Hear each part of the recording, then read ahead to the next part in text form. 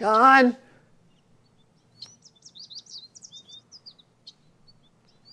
Look both ways before crossing the studio? Okay.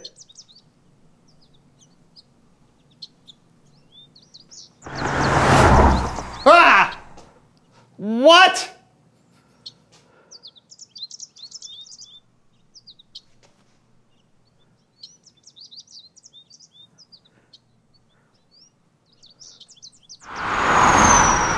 I don't understand. Okay.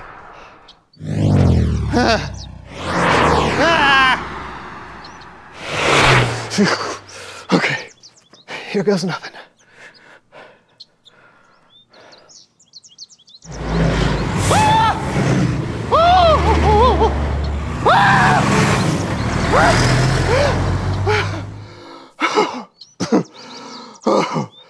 Oh, I did it! I made it across the wall!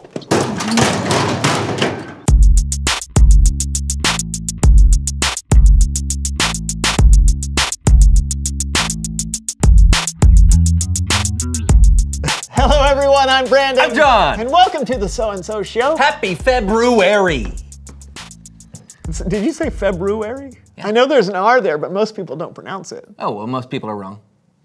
Yeah, you pronounce the R because in February you always make a good roux. Oh. Actually, the extra R comes from the original Roman calendar when it was called Februarius. But most people don't pronounce the first R because it produces a cluster of consonants that isn't commonly used in modern English. Well, some of us February. Also, a roux is something used in cooking to thicken cream sauces or gravy, for those of you that don't. You know what? Why are we even talking about this? Because it's February, and I'm making a bowl of Fruit Loops. Oh, look at that. Oh, yeah. That's gonna be tasty. Sticks to your ribs. You're not gonna eat that, are you? Absolutely. Did someone say manners? Oh, Melinda Manners, I'm so glad that you're here. Happy to be here. I go wherever the wind or the charge of my electric bicycle takes me. Oh, well, for those of you who haven't met Melinda, she's an expert on all things proper and mannerly. Indeed. Yes, now tell Brandon the proper way to pronounce the month we are currently in. Ah, the proper pronunciation for the second month of the year is February. I know that. Because of... let's see, not that. Let's see, just looking for these. How did this get in there? That's hilarious. Okay. Oh. Roux. That is not why people... They were going to call the month February gravy, but cooler heads prevailed. I think this show has run a bit off course. Oh, well. When you don't know which way to turn, look for the sign to allay your concern. A sign? Of course. When you are lost or off course, there are often signs to help point you in the right direction. You mean like road signs? I usually don't pay any attention to those. Oh, you mustn't do that. Oh, no. No?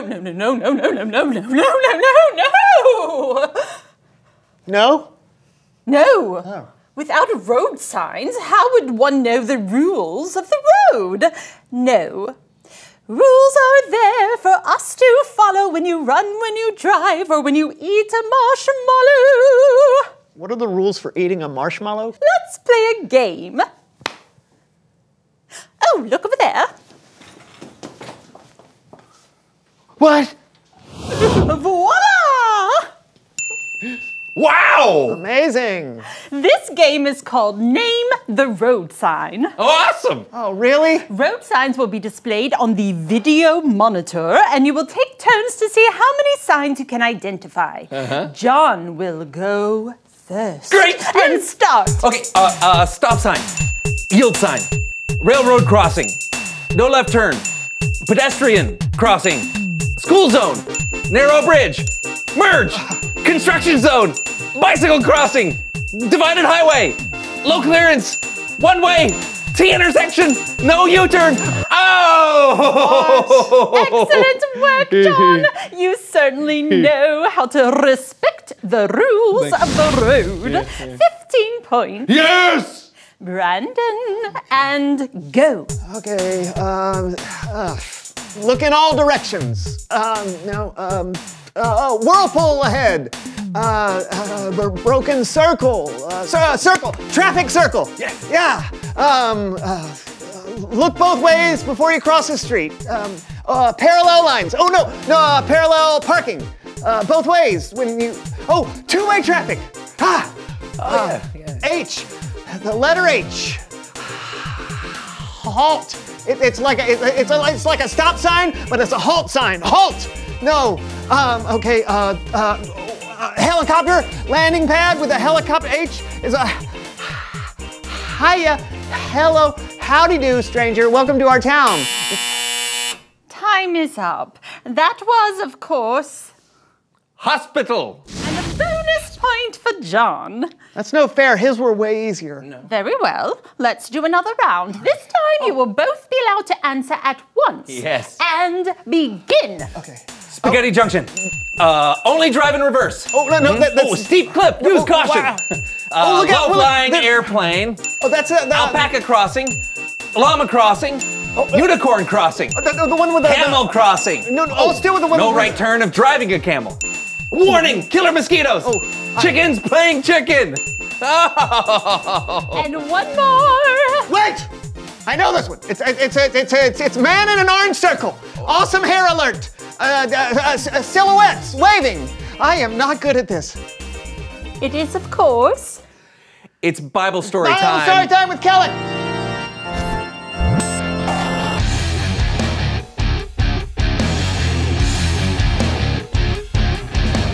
Kellen, what's up, friend? Not much. How's it going over there? Yeah, pretty swell. You got a Bible story for us today? I do indeed. And we'll be telling it today with Laundry Theater.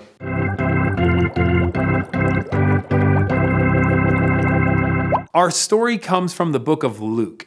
Luke wrote about Jesus when he started healing people and teaching them. People were starting to follow Jesus and listen to his ideas about God and how we should live in the world. One day, Jesus had been teaching people from a boat that belonged to a fisherman named Simon Peter. Jesus was sitting down in the boat while he taught people on shore. After he had finished speaking, Jesus told Peter to take the boat out into deep water and put his nets down to catch some fish. Peter told Jesus that they had been fishing all night and hadn't caught a thing. But because Jesus had asked him to, he would. Even though Peter probably doubted that they would catch any fish at all, he had great respect for Jesus and his teaching. And because of that, he was willing to do what Jesus asked. After Peter and his fellow fishermen went out to the deep water, they put down their nets and they caught a massive amount of fish. It was so large, the nets began to break. The catch was so big, Peter had to have another boat come and help take some of the fish. There were so many fish, the boats began to sink. When Peter saw how many fish they had caught, he was amazed. He dropped to his knees. He was scared. He told Jesus to go away. He didn't feel good enough to be around someone so amazing. But Jesus told Peter not to be afraid, and that from now on, instead of fishing for fish, Peter would fish for people. Simon Peter left everything behind to follow Jesus. Two other men, James and John, also saw what had happened that day, and they decided to follow Jesus too. These were ordinary guys, fishermen. They weren't rich or powerful, probably didn't feel like they belonged.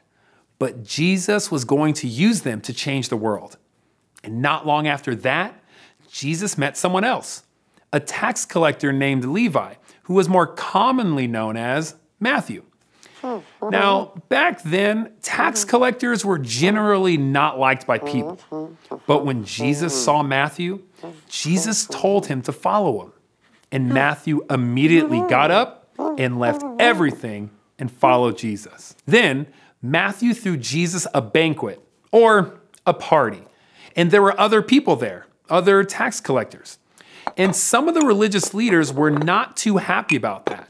They complained and asked why Jesus would eat with tax collectors and sinners. Well, Jesus told them that it is not the healthy that need a doctor, but the sick. Jesus wasn't looking for the people who thought they were right with God to follow him. He was looking for those who needed help. The end. Great story, Kellen. Yeah, it's pretty cool to read and think about Jesus finding his first disciples like Peter and Matthew, who become an incredible part of the story of Jesus and the work that he did. Yeah, and the disciples weren't super extraordinary people either. At first glance, no. Some of them were just ordinary fishermen, people that may have felt left out or at least felt like they weren't important. Or people like Matthew that others really didn't like. Matthew probably felt like an outsider, but Jesus was able to look beyond what everyone else saw. And he was able to use people that may have felt left out to change the world. Thanks a lot, Kellen. No problem. I'll see you guys next time. You know, I'm so glad that Jesus includes imperfect people because I'm way imperfect. Yeah, no kidding, me too. Jesus always included people who were left out. Absolutely. Oh, in fact, reveal the question. Oh, when have you felt left out? Maybe you didn't get invited to a friend's sleepover, but all of your other friends did. Yeah, or maybe you like different things than some of the people you go to church with. Maybe people like to play games that you're not good at, like name the road sign. Oh, did you not like that game? I barely got any of them right. Well, yeah, I did notice that. Hey, you know what? Next time, you get to pick the game. Thank you, John. No problem. If you ever feel left out, tell someone. Find someone you trust and tell them what you're feeling. And maybe they can help. It's easy to feel left out, but remember, there are people in your life who care for you. And there's a God that created the whole world who cares for you too. Oh, and be on the lookout for others who might feel left out. You can be like Jesus to them by including them and showing them God's love. So true. What? True. True. True. Get it? What I'm saying? Why are you saying it like because that? of the rue earlier. You know, February. Rue.